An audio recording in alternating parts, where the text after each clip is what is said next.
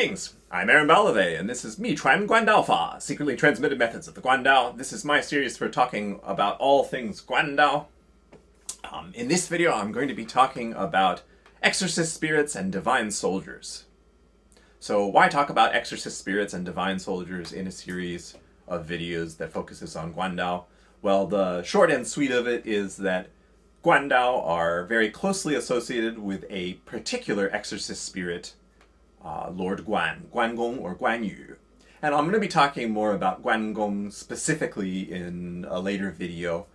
In this video, I just want to kind of lay some of the groundwork of what these exorcist spirits were like. So when we're talking about historical Chinese martial arts, or if we're talking about, just martial arts in a pre-modern context, I think the normal imagined circumstance for this kind of violence, for people fighting each other, there's a tendency to think of, formal battles between armies. So, armies of professional soldiers.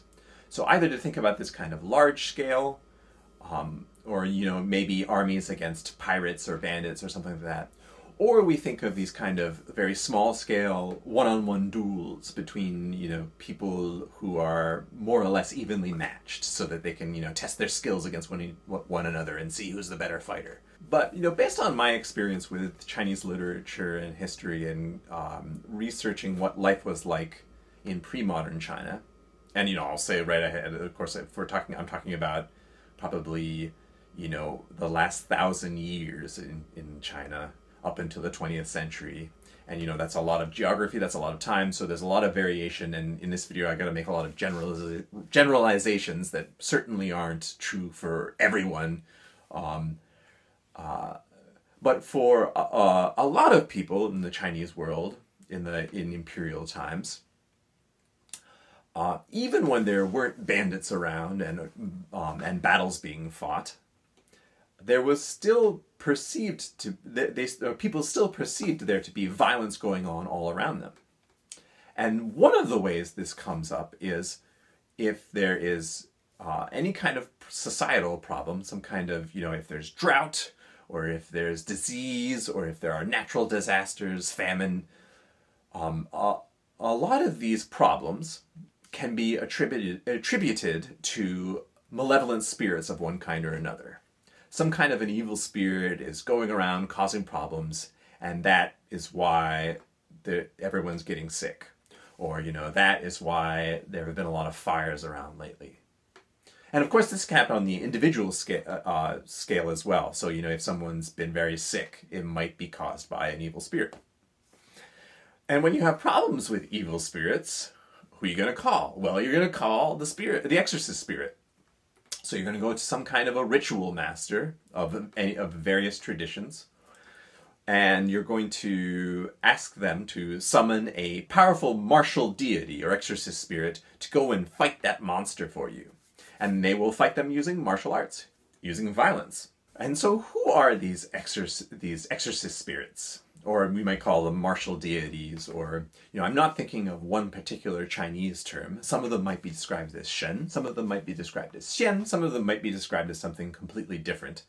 But I guess the kind of the overarching category is just these kinds of spirits who use violence for good, usually, fighting bad things like monsters and demons.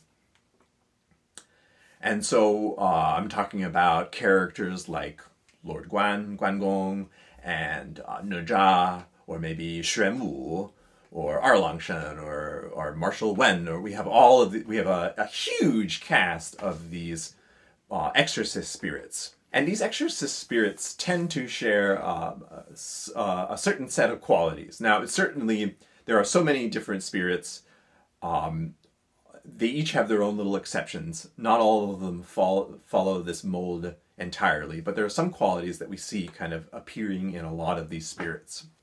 So one thing that these exorcist spirits often have in common is that if they have a backstory, if they have an origin story in their mythology, they often begin their careers as renegade spirits themselves, as either monsters, demons, or something kind of more or less like that, who has left the spiritual hierarchy and starts causing trouble.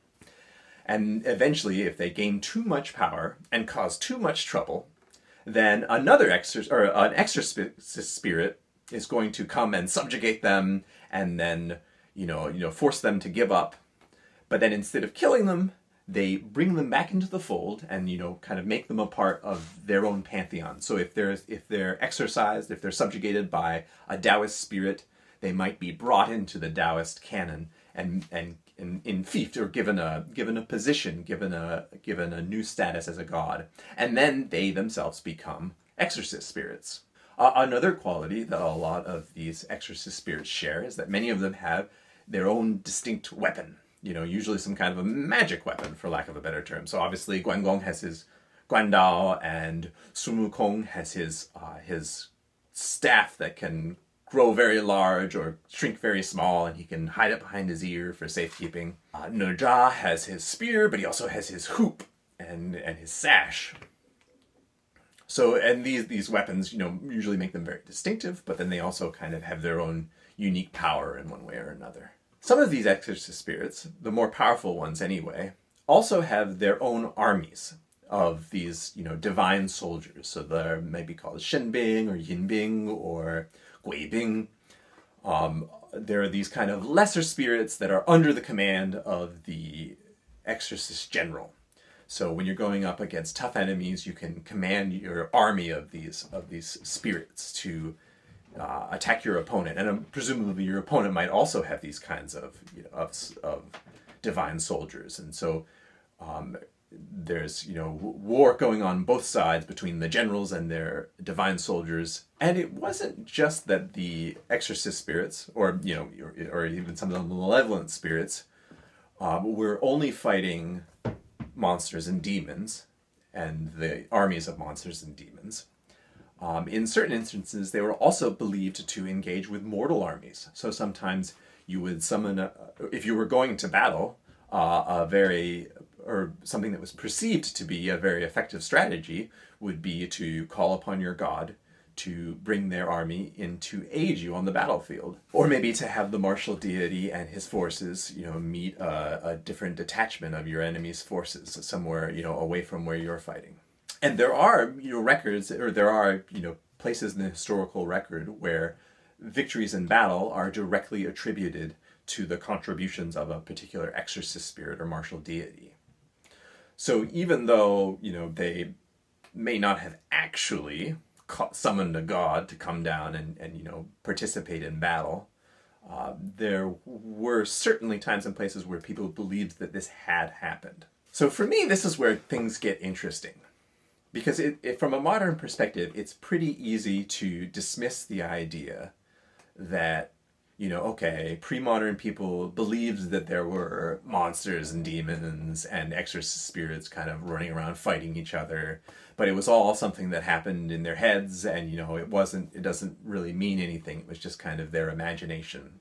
And while I'm not going to try to argue that, it was actually happening, but there do seem to be cases, or at least reasons to believe, that the line between what was being imagined and what was actually happening was maybe not so cut and dry. And one of the most clear examples of this is when we start to look at spiritual possession, and ritualized spiritual possession, to be more specific. So like monsters and evil spirits, they could certainly possess people and cause them to do bad things. But then on the flip side, if you need a little help in your battle, one of the best ways you can do that is by allowing a heavenly soldier into your body so they can help you fight, or take control of things and fight for you. And this is a practice that might have happened fairly commonly among local militias during the late imperial period, so Ming and Qing, let's say, and beginning as early as the Song. As I was saying before, I think there's a tendency in discussing historical Chinese martial arts to think of professional soldiers.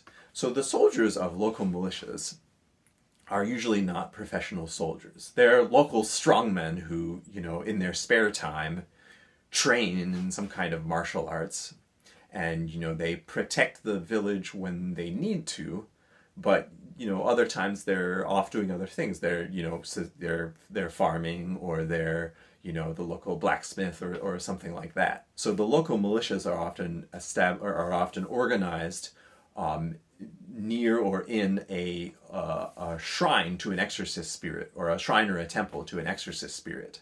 So a lot of times these local militias are directly attached to some kind of religious organization, whether it's a local god, or something that is more connected to some of the major religions. And these local militia will participate in the religious rituals. They'll parade whenever there's a festival. They'll party. They'll show off their skills. They'll do all of these things, and we get a pretty good idea that these things were going on because throughout a lot of these dynasties, there are records of laws being written to discourage the local militias from participating in these kinds of events. You don't need to make laws that prohibit local militia from participating in religious events unless they're actually doing it. So that gives us a pretty good idea that it was probably happening. And a lot of these religious bodies, in the case of Taoism, in these religious institutions, in the liturgical texts, we can find rituals for performing spiritual possession.